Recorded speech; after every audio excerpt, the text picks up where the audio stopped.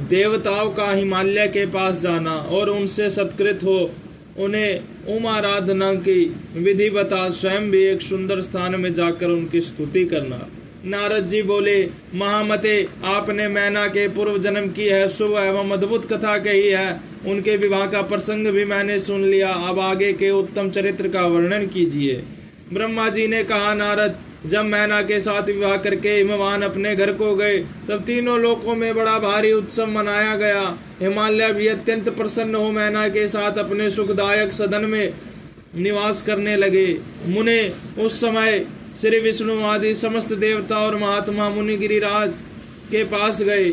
उन सब देवताओं को आया देख महान हिमगिरी ने प्रशंसा पूर्वक उन्हें प्रणाम किया और अपने भाग्य की सराहना करते हुए भक्ति भाव से उन सब का आदर सत्कार किया। हाथ जोड़ मस्तक झुकाकर वे बड़े प्रेम से स्तुति करने को उद्यत हुए। शैलराज के शरीर में महान रोमांच हो आया। उनके नेत्रों से प्रेम के आंसू बहने लगे। मुने हिमशैल ने प्रसन्न मन से अत्यंत प्रेम पूर्वक प्रणाम किया और विनीत भाव से खड़े हो श्री विष्णु आदि देवताओं से कहा।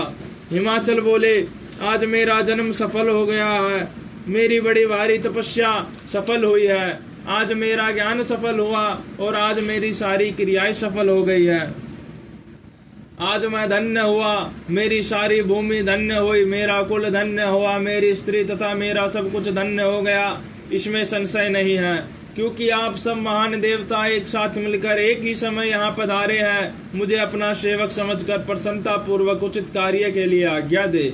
हेमगिरी का यह वचन सुनकर वे सब देवता बड़े प्रसन्न हुए और अपने कार्य की सिद्धि मनाते हुए बोले। देवताओं ने कहा, महाप्राज्ञ हिमाचल, हमारा हितकारक वचन सुनो। हम सब लोग जिस काम के लिए यहाँ आए हैं उसे प्रसन्नता पूर्वक बता रहे हैं। गिरिराज पहले जो जगदम्बा उमा दक्ष कन्या सती के रूप में प्रकट हुई थी और रुद्र पत्नी होकर सुदीर्घ काल तक इस भूतल पर क्रीड़ा करती रही, वे ही अंबिका सती अपने पिता से अनादर पाकर अपनी प्रतिज्ञा का स्मरण करके यज्ञ में शरीर त्याग अपने परम धाम को पधार गई। हिमगिरे, वह कथा लोक में विख्यात है और तुम्हें भी विदित है। यदि वे सती पुनः तुम्हारे घर में प्रकट हो जाए तो देवताओं का महान लाभ हो सकता है। ब्रह्मा जी कहते हैं, श्री विष्णु आदि देवताओं की यह बात सुनकर गिरिराज हिमालय मन ही मन प्रसन्न हो आदर से झुक गए और बोले, प्रभु, ऐसा हो तो बड़े सौभाग्य की बात है। तदंतर वे देवता उन्हें बड़े आदर से उमा को प्रसन्न करने की विधि बताकर स्वयं सदाशिव पत्नी उमा की शरण में गए। एक सुंदर स्थान में स्थित हो समस्त देवताओं ने जगदम्बा का स्मरण किया और बारंबार प्रणाम करके वे वहां श्रद्धा पूर्वक उनकी स्तुति करने लगे। देवता बोले, शिवलोक में निवास करने वाली देवी उमे जगदम्बे सदाशिव प्रिय दुर्गे महेश्वरी, हम आपको नमस्कार करते हैं। आप पावन शांत स्वरूप श्री शक्ति है, परम पावन पुष्टि है, अव्यक्त प्रकृति और महत्व है। ये आपके ही स्वरूप है। हम भक्ति पूर्वक आपको नमस्कार करते हैं। आप कल्याणमय शिवा हैं। आपके हाथ भी कल्याणकारी है। आप शुद्ध स्थूल सूक्ष्म और सबका परमाश्रय है।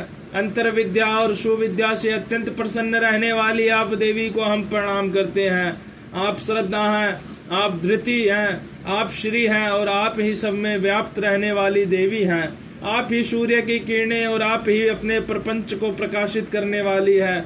ब्रह्मांड स्वरूप शरीर में और जगत के जीवों में रहकर जो ब्रह्मा से लेकर तृण पर्यंत संपूर्ण जगत की पुष्टि करता है, उन आदि देवी को हम नमस्कार करते हैं। आप ही वेद माता गायत्री हैं, आप ही सावित्री और सरस्वती हैं। आप ही संपूर्ण जगत के लिए वार्ता नामक वृत्ति है और आप ही धर्म स्वरूपा वेदत्री है। आप ही संपूर्ण भूतों में निंद्रा बनकर रहती है, उनकी सुधा और तृप्ति भी आप ही है। आप ही तृष्णा कांति छवि तुष्टि और सदा संपूर्ण आनंद को देने वाली है। आप ही पुण्यकर्ताओं के यहाँ लक्ष्मी बनकर रहती है और आप ही पापियों के घर सदा ज्येष्ठा लक्ष्मी की बड़ी बहिन दरिद्रता के रूप में वास करती है। आप ही संपूर्ण जगत की शांति है। आप ही धारण करने वाली धात्री एवं प्राणों का पोषण करने वाली शक्ति है। आप ही पांचों भूतों के सारे तत्व को प्रकट करने वाली तत्व स्वरूपा है।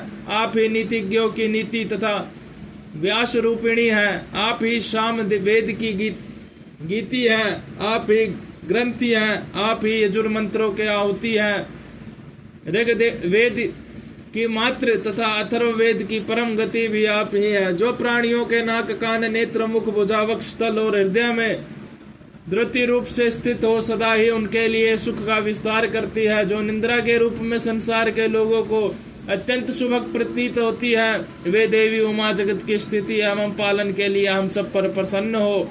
इस प्रकार जगजननी सती साध्वी महेश्वरी उमा की स्तुति करके अपने हृदय में विशुद्ध प्रेम लिए वे सब देवता उनके दर्शन की इच्छा से वहां खड़े हो गए।